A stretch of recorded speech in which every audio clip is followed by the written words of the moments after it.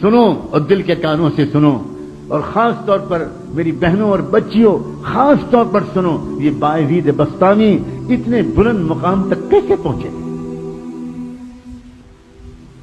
ان کے باپ کا بچپن میں انتقال ہو گیا تھا، یہ یتیم ہو گئے تھے، ان کی ماں بیوہ ہو گئی تھی، اور ماں نے بیوہ ہو جانے کی وجہ سے لوگوں کے گھروں میں کام کاج کر کے اپنا اور اپنے یتیم بچے کا پیٹ پالنا شروع کیا تھا۔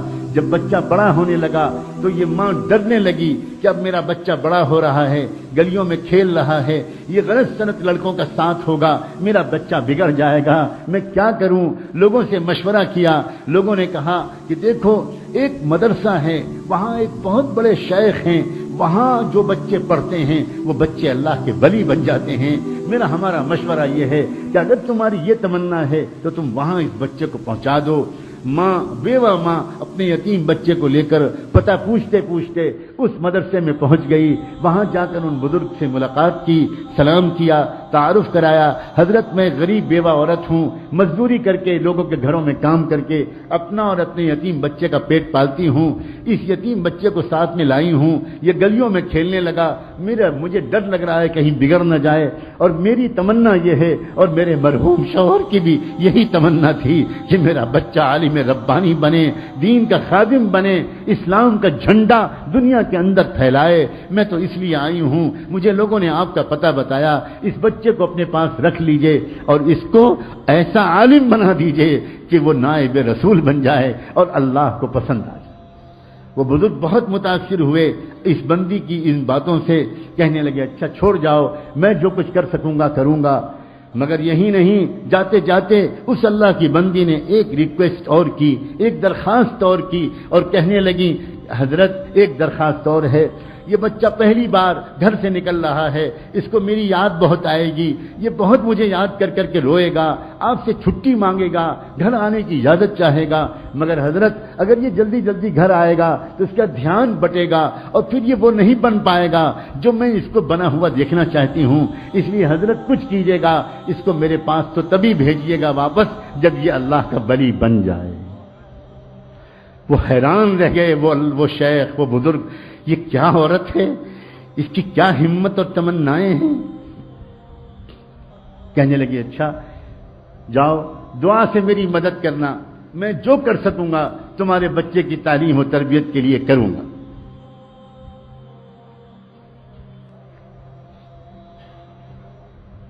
چلی گئی چھوڑ کر، بچے کی تعلیم و تربیت کا سلسلہ شروع ہو گیا، بچے نے کچھ مہینے تک بہت صبر سے کام لیا، بالآخر ایک دن بچے نے آ کر اپنے استاد سے کہا کہ استاد جی مجھے اپنی امی کی یاد بہت آ رہی ہے، مجھے ایک دن کی چھٹی دے دیجیے، ایک دن کی چھٹی دے دیجیے، میں گھر چلا جاؤں۔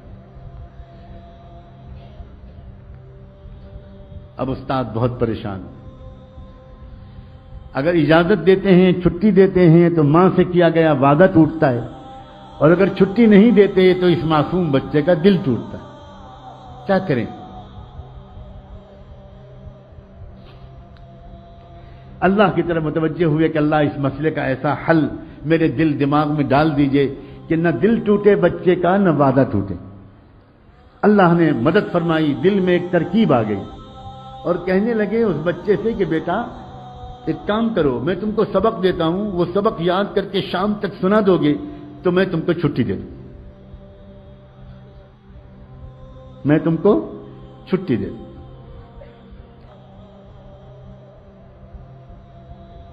بچہ خوش ہو گیا، جی استاد جی مجھے سبق دے دیجیے۔ استاد نے سبق دیا اور جان بوجھ کر اتنا سبق دے دیا کہ وہ شام تک یاد ہی نہ ہو پائے۔ ماں سے وعدہ کر چکے تھے، اب جو سبق دیا بچہ سبق لے کے خوش خوش اندر گیا، اب جو اس نے پورے سبق کو دیکھا تو وہ سمجھ گیا کہ یہ شام تک یاد نہیں ہو سکتا، اب میں کیا کروں؟ کیا استاد کے پاس دوبارہ جا کر درخواست کروں کہ سبق کم کر دیجئے؟ سوچنے لگا یہ تو بے ادبی ہو جائے گی، استاد کا فیصلہ نہیں بدلا جاتا، کچھ اور کیا جاتا ہے، کیا کروں؟ گھر جانے کا دل جتنا چاہ رہا ہے، میں اپنے استاد جی کو کیسے بتاؤں؟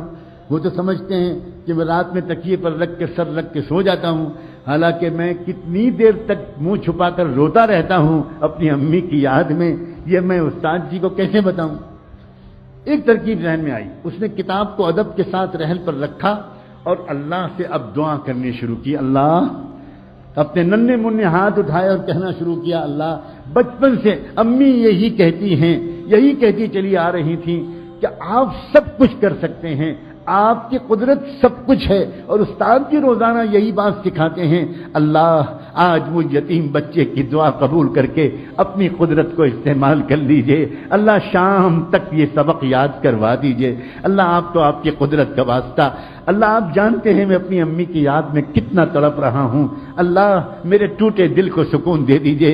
میرے ابو ہے زندہ ہوتے تو وہ کبھی کبھی آ جاتے، میں ان کو دیکھ لیتا، تسلی ہو جاتی۔ اب تو وہ بھی نہیں ہے، اور بچوں کے تو اماں ابا آ جاتے ہیں۔ اللہ، میں اکیلا یہاں پڑا ہوں، آپ رحم کر دیجئے۔ میں استاد کے پاس جا کر بے ادبی کا گناہ تو نہیں کرنا چاہتا، لیکن یہ سبق مجھے شام تک یاد دلا دیجئے۔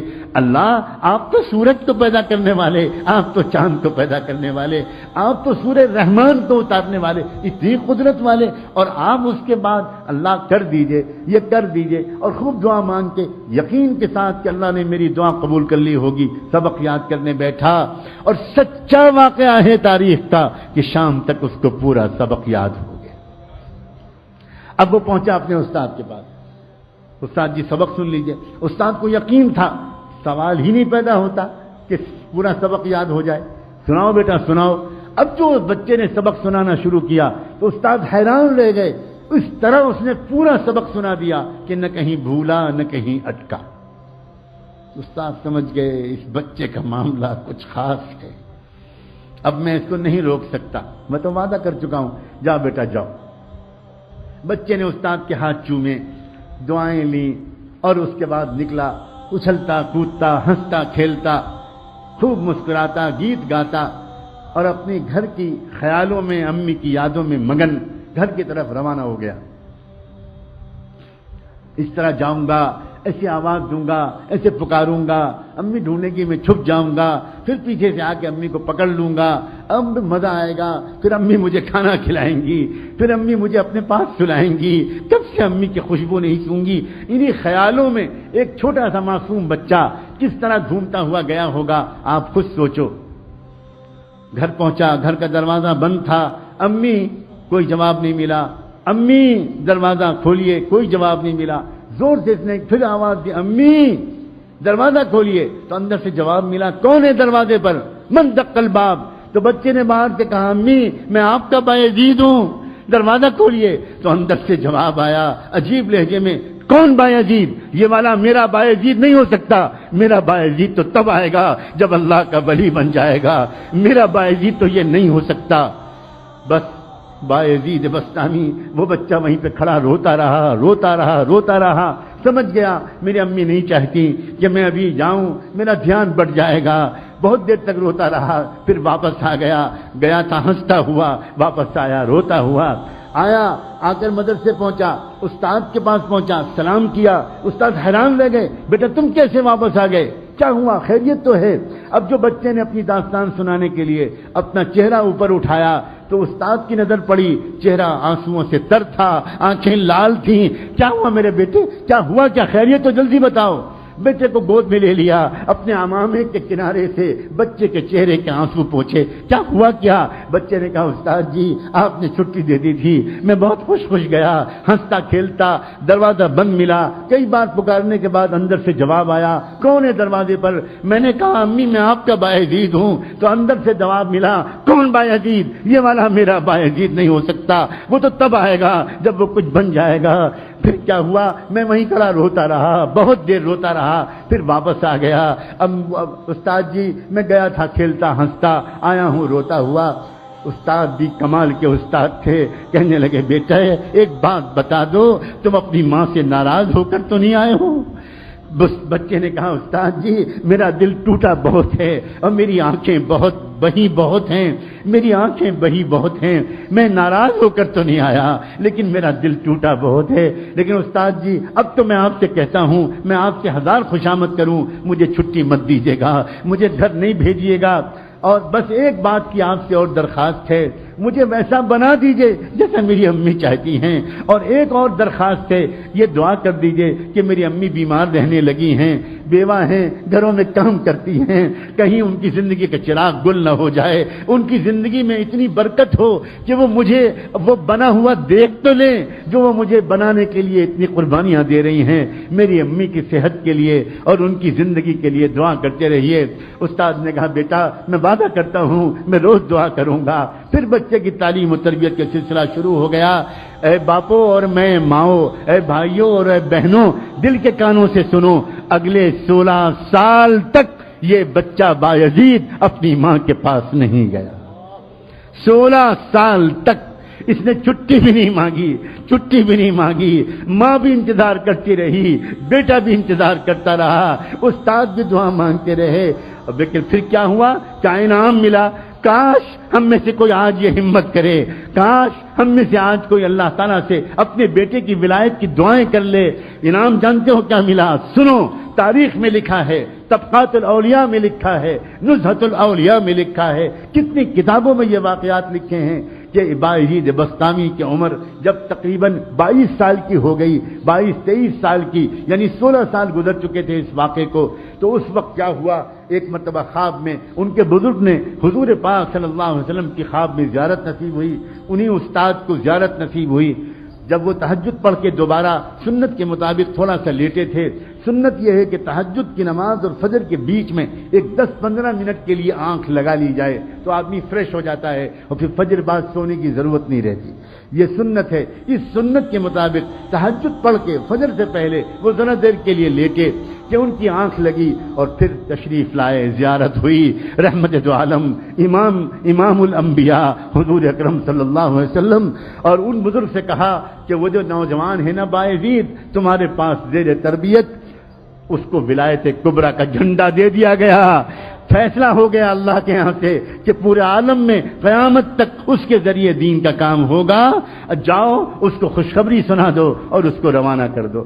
جلدی سے اٹھے، تازہ وضو کیا، اندر گئے، دیکھا وہ لڑکا ابھی نماز پڑھ رہا تھا، پیچھے بیٹھ گئے اور پیچھے بیٹھ کے انتظار کرنے لگے۔ نوجوان جب نماز سے فارغ ہوا بایزید تو پکارا کہ بیٹا ادھر آؤ، قریب بلایا، سینے سے لگایا، پیشانی کو چوما اور کہا یا بایزید تمہاری ماں کی قربانی رنگ لائی، تمہاری بیوہ ماں کی دعائیں قبول ہوئیں، تمہارے باپ کی تمنا پوری ہوئی اور تمہارا مجاہدہ اللہ کے ہاں قبول ہو گیا، جاؤ اب اللہ تم سے دین کا کام لے گا۔ سینے سے لگایا، نور نسبت کو منتقل کیا، اپنا عمامہ اتار کر ان کے سر پر رکھ دیا، کہا جاؤ اب تم سے اللہ دین کا کام لے گا، اب تم کو یہاں ٹھہرنے کی ضرورت نہیں۔ بایزید بسطامی نے اپنے استاد کے پھر ہاتھ چومے، پیشانی کا بوسہ لیا، سر پر ہاتھ پھروایا، دعائیں لیں اور پھر اس کے بعد روانہ ہوا۔ وہی راستہ تھا، وہی گھر تھا، وہی گھر کا دروازہ تھا، آج بھی دروازہ بند تھا، مگر آج کیا ہوا؟